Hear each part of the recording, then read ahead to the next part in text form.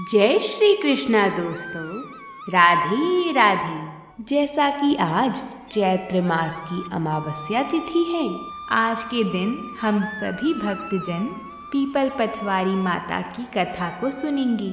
साथ ही में अमावस्या की कथा का भी श्रवण करेंगे।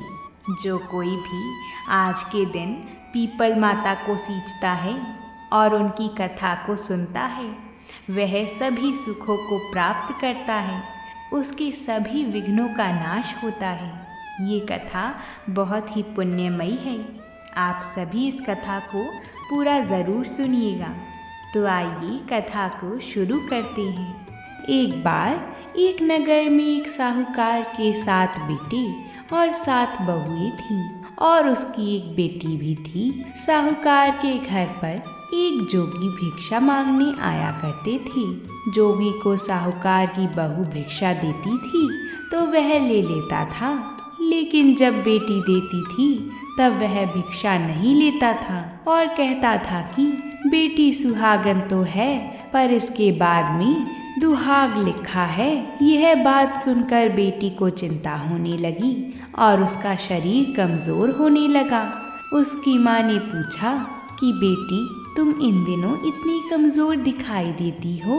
तब उसने बताया कि एक जोगी भिक्षा मांगने आते थे जो कहते हैं कि बेटी है तो सुहागन, लेकिन उसके नसीब में दुहाग यानी दुख लिखा है। यह बात सुनकर उसकी माँ ने कहा कि कल मैं सुनूंगी। अगले दिन जब जोगी भिक्षा लेने आए तो उसकी माँ छुप कर बैठ गई।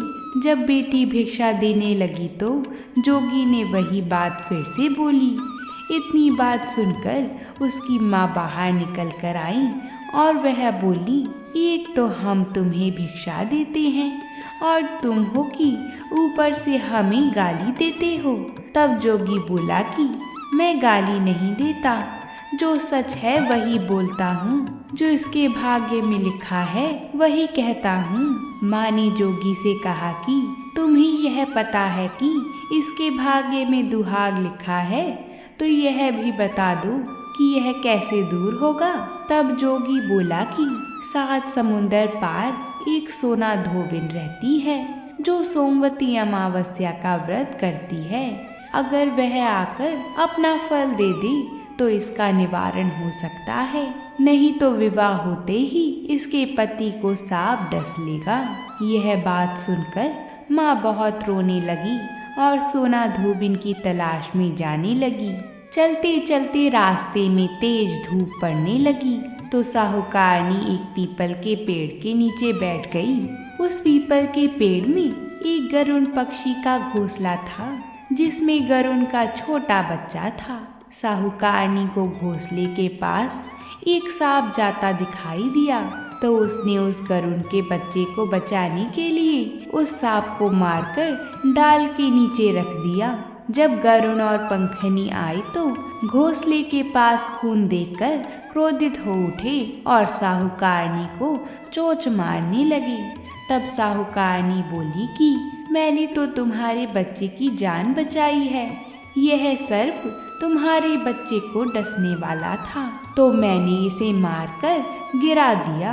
गरुड़ ने सर्प की ओर देखकर कहा कि तुमने हमारे बच्चे की जान बचाई है, अब तुम्हें जो मांगना है सो हमसे मांग सकती हो। तब साहूकारनी बोली कि मुझे 7 समुंदर पार सोना धोबिन के घर जाना है।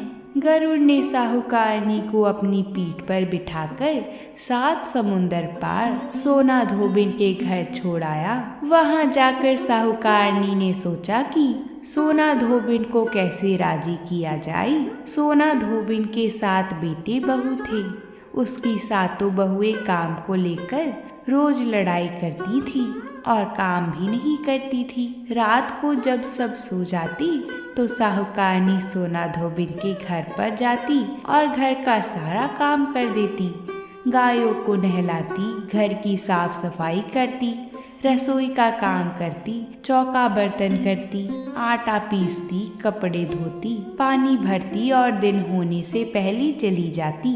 सुबह जब बहुएं उठती तो बहुएं सोचती कि यह सारा काम कौन कर रहा है, लेकिन कभी एक दूसरे से पूछती नहीं कि यह सब काम किसने किया है। एक दिन धोबिन ने कहा कि तुम आजकल लड़ती भी नहीं हो, काम भी ठीक कर रही हो। तो बहुओं ने कहा कि सासू जी, काम तो हमें ही करना पड़ता है, चाहे हम लड़कर करें या राजी से करें, इसलिए लड़ाई करने का क्या फायदा। सोना धोबिन ने सोचा कि आज देखा जाए कि कौन सी बहू काम करती है और वह रात को सोई नहीं। उसने देखा कि रात को एक स्त्री आई और पूरा काम करके जाने लगी। तो सोना धोबिन ने बोला कि तुम कौन हो और तुम्हें ऐसी क्या ज़रूरत है जो तुम इतना काम कर रही हो। साहूकारनी ने कहा कि ज़रूरत है तभी इतना काम कर रही हूँ। सोना धोबिन ने पूछा कि तुम्हें क्या चाहिए। साहूकारनी बोली कि पहले मुझे वचन दो तब बताऊंगी। सोना धोबिन ने वचन देकर कहा कि अब बताइए। साहूकारनी बोली कि मेरी बेटी के भाग्य में दुहाग लिखा हुआ है, इसलिए आप चलकर उसे सुहाग दे दें और सोमवती करें। सोना धोबिन अपने बेटे बहू से बोली कि मैं तो साहूकारनी के साथ जा रही हूँ। यदि पीछे से तुम्हारे पिताजी खत्म हो जाएं, तो तेल घी के कूप में डालकर छोड़ देना। फिर दोनों जनी साहूकारनी के घर चली जाती हैं। साहूकार की बेटी का ब्याह होने लगा। दूल्हा फेरों में बैठ गया। सोना धोबिन ने दूल्हे के घुटने के पास कच्चा करवा रखा, उसमें दूध डाला और तात का तार लेकर बैठ गई। थोड़ी देर बाद सांप दूल्हे को डसने के लिए आया। सोना धोबिन ने करवा आगे रखा और तार से बांध दिया, लेकिन दूल्हा डर के मारे मर गया।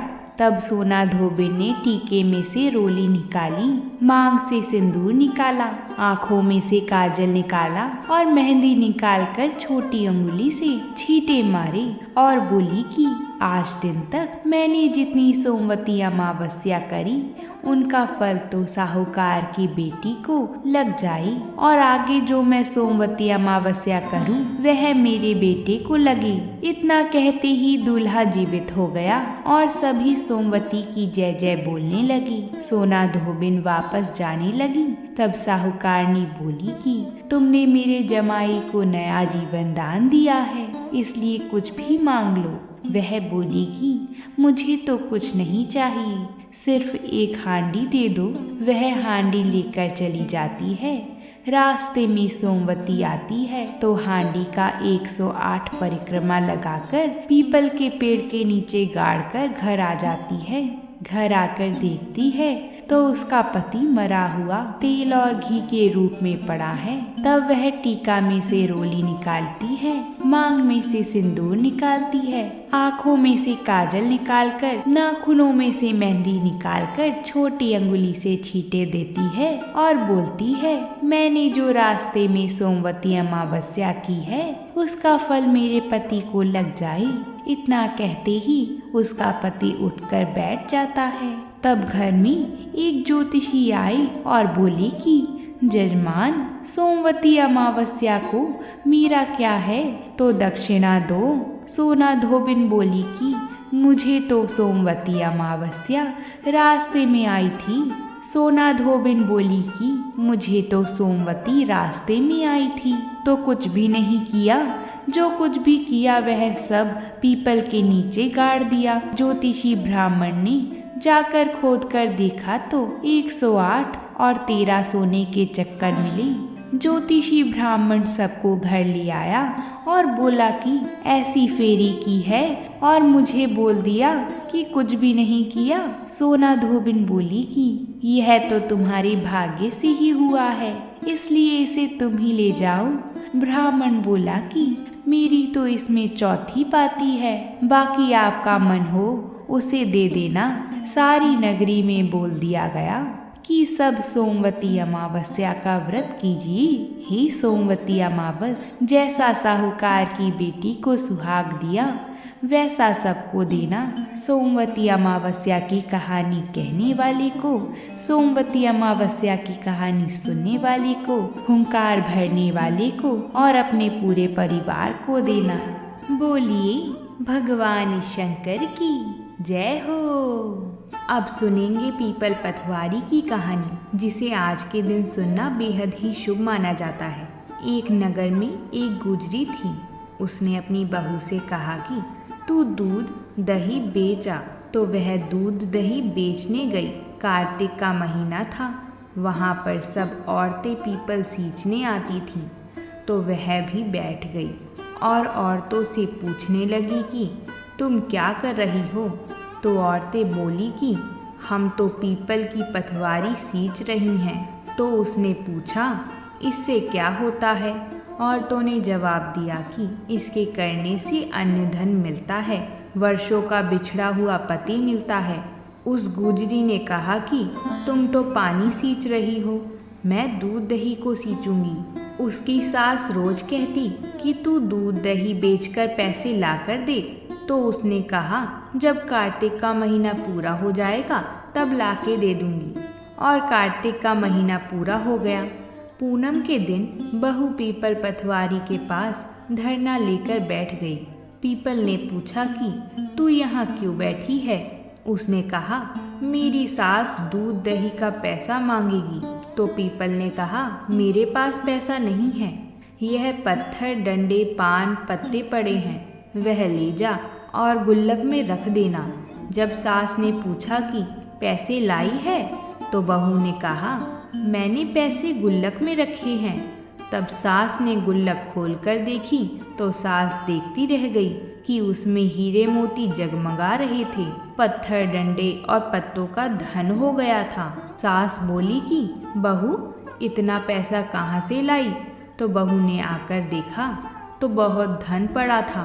तब बहू ने कहा, सासू जी, मैंने तो 1 महीने दूध दही से पीपल की पतवारी को सींचा था और मैंने उससे धन मांगा था। तो उसने मुझे पत्थर डंडे पत्ते दिए थे जो मैंने गुल्लक में रख दिए थे, और वह ही हीरे मोती हो गए हैं।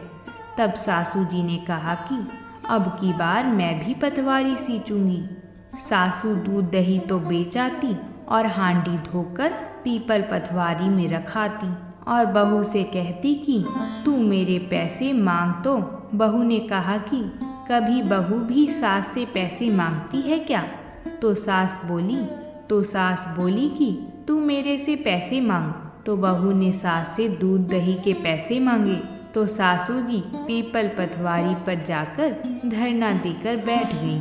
तो डंडे पत्ते पान भाटे उसे भी दिए और कहा, गुल्लक में जाकर रख दियो। सासू ने भी यह सब गुल्लक में डाल दिया। फिर बहू ने खोलकर देखा तो उसमें कीड़े मकोड़े चल रहे थे। बहू ने सास से कहा, यह क्या है। तो सास देखकर बोली कि पीपल पतवारी ने तेरे को तो अन्न धन दिया और मुझे कीड़े मकोड़े दिए। तब सब बोले कि बहू तो सत से सींचती थी और सासू जी धन की भूख से सींचती थी। इसलिए हे पतवारी माता, जैसे बहू को दिया वैसे सबको देना और सासू जी को दिया वैसा किसी को मत देना। बोलिए पतवारी माता की जय।